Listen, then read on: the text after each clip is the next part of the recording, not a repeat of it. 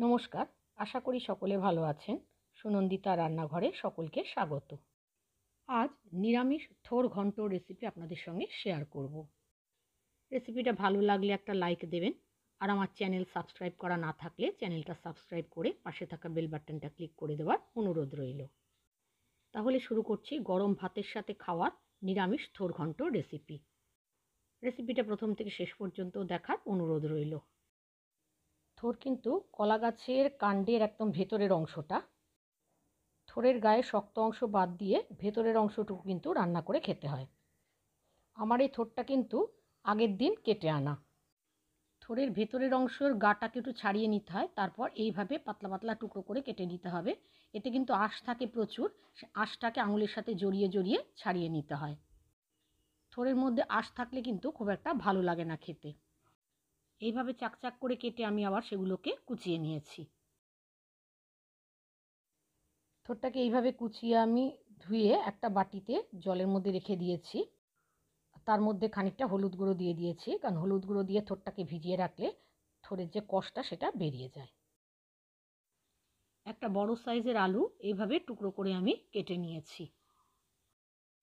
রান্নাটা করার জন্য গ্যাসে একটা কড়াই বসিয়ে তার মধ্যে 3 টেবিল চামচ সর্ষের তেল নিয়েছি। তেলটা ভালো করে গরম হলে তার মধ্যে আমি কয়েকটা বড়ি ভেজে নিয়েছি। বড়িগুলোকে লাল করে ভেজে আমি তুলে নিলাম। বড়িগুলো ভেজে তুলে নেওয়ার পর ওই তেলে আমি কেটে রাখা আলুর টুকরোগুলো দিয়ে দিলাম। সামান্য হলুদ গুঁড়ো আর একটু লবণ দিয়ে আমি আলুগুলোকে ভেজে নিয়েছি। আলুগুলোকে একটু সময় নিয়ে ভেজে নিতে হবে, যাতে আলুগুলো অনেকটাই সেদ্ধ হয়ে যায়, কারণ থোর তো খুব নরম, থোর খুব তাড়াতাড়ি সেদ্ধ হয়ে যায়। আলুগুলোকে ভেজে তুলে নিলাম। আলুগুলো ভেজে তুলে নেওয়ার পর কড়াইতে যে তেল আছে আমি তার মধ্যে আরও 1 টেবিল চামচ সর্ষের তেল দিয়ে দিলাম। তেলটা গরম হয়ে গেলে ফোড়নে দিয়েছি 2টো এলাচ, কিছুটা দারচিনি, 2টো লবঙ্গ থেতো করে, 1/2 চা চামচ গোটা জিরে, একটা তেজপাতা ছিঁড়ে আর একটা শুকনো লঙ্কা। ফোড়নটাকে কয়েক সেকেন্ড ভেজে নিয়েছি। ফোড়নটা ভাজার যখন খুব সুন্দর একটা গন্ধ বেরোবে তখন একটা টমেটোকে আমি বেটে রেখেছি, সেই টমেটো বাটাটা এখানে দিয়ে দিলাম। টমেটোটাকে একটু নেড়ে নিয়ে এবার গ্যাসের আঁচটাকে লো করে আমি কিছু মশলা দিচ্ছি। দিলাম 1 চা চামচ আদা বাটা, 1 চা চামচ জিরে গুঁড়ো, 1/2 চা চামচ ধনে গুঁড়ো, 1/2 চা চামচ লঙ্কা বাটা। আমি এখানে শুকনো লঙ্কা কাঁচা লঙ্কা মিশিয়েই বেটে নিয়েছি।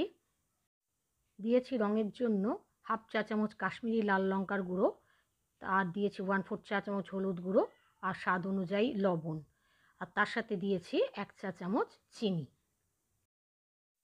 এরপর অল্প অল্প করে জল দিয়ে মশলাটাকে আমি কষিয়ে নিয়েছি। এই সময় গ্যাসের আঁচটাকে কিন্তু মিডিয়ামে রেখেছি। মশলা যত ভালো করে কষানো হবে তরকারির স্বাদ তত ভালো হয়। মশলাটা যখন খুব ভালোভাবে কষানো হয়ে গেছে, মশলার থেকে তেল ছেড়ে এসছে, তখন যে থোরটা আমি হলুদ জলে ভিজিয়ে রেখেছিলাম সেই থোরটা আমি কড়াইতে দিয়ে দিলাম জল থেকে তুলে। তার সঙ্গে যে আলুগুলো ভেজে রেখেছিলাম সেই আলুগুলোও কড়াইতে দিয়ে দিলাম। থোর আর আলুটাকে মশলার সাথে খুব ভালোভাবে মিশিয়ে নিয়ে আমি বেশ অনেকক্ষণ রান্না করে নিয়েছি।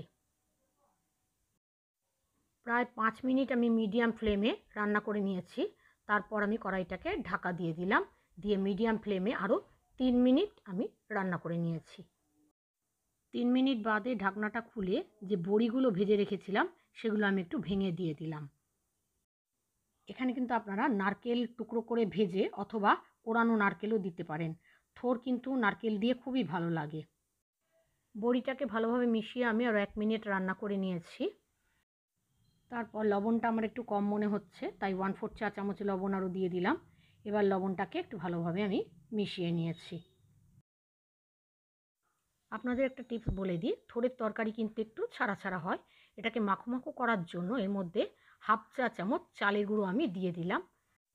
এটা দিলে কিন্তু স্বাদের কোনো পরিবর্তন হয় না, আর কেউ বলে না দিলে বুঝতেও পারবে না যে আপনি এতে চালের গুঁড়ো মিশিয়েছেন।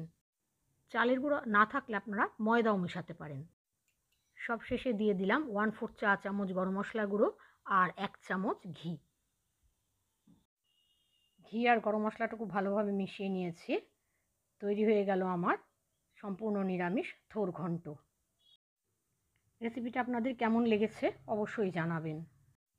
ফেসবুক থেকে দেখলে আমার পেজটা ফলো করার, আর ইউটিউব থেকে দেখলে আমার চ্যানেল সাবস্ক্রাইব করে পাশে থাকা বেল বাটনটা ক্লিক করে দেওয়ার অনুরোধ রইল, যাতে আমি নতুন রেসিপি আপলোড করলে আপনাদের কাছে নোটিফিকেশান পৌঁছে যায়। আজ তাহলে এখানে শেষ করছি, আবার আসবো নতুন কোনো রেসিপি নিয়ে। ততক্ষণের জন্য সকলে ভালো থাকবেন, সুস্থ থাকবেন। ধন্যবাদ।